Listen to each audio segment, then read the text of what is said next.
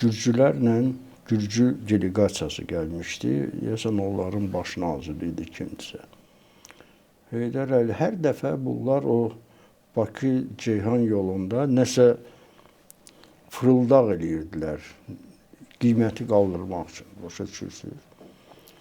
İkinci, biz bir neçə dəfə getdik, bu təklifləri qəbul elədik. Ancaq üçüncü dəfə bunlar gəldilər, elə bir təkliflə gəldilər ki, demək olar ki, siz qəbul olunmaz bir təklif idi. Bunlar qiyməti artırmaq məsələsi idi. Heydər Əliyev Tranzit qiymətini. Tranzit qiymətini. Heydər Əliyev baxdı və bunlara dedi, siz söhbəti qurtardınız, bu axırıncı sizin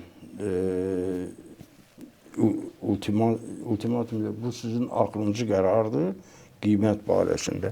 O da bəli, yaxşı sizə yaxşı yol. Mən o kəməri İrandan keçirdəcəm. Mənə lazım deyilsiniz. Çıxdı, getdi. Sağ olun, çıxdı, getdi. Bunlar əl-ayağa düşdülər. Ora, bura. Axırda təzədən xahiş elədilər ki, gəlsin prezident. Təzədən təsəvvür edirsiniz ki, gör nə qədər ağıllı bir hərəkət elədi ki, onlar öz dediklərindən imtina edədilər və razılaşdılar.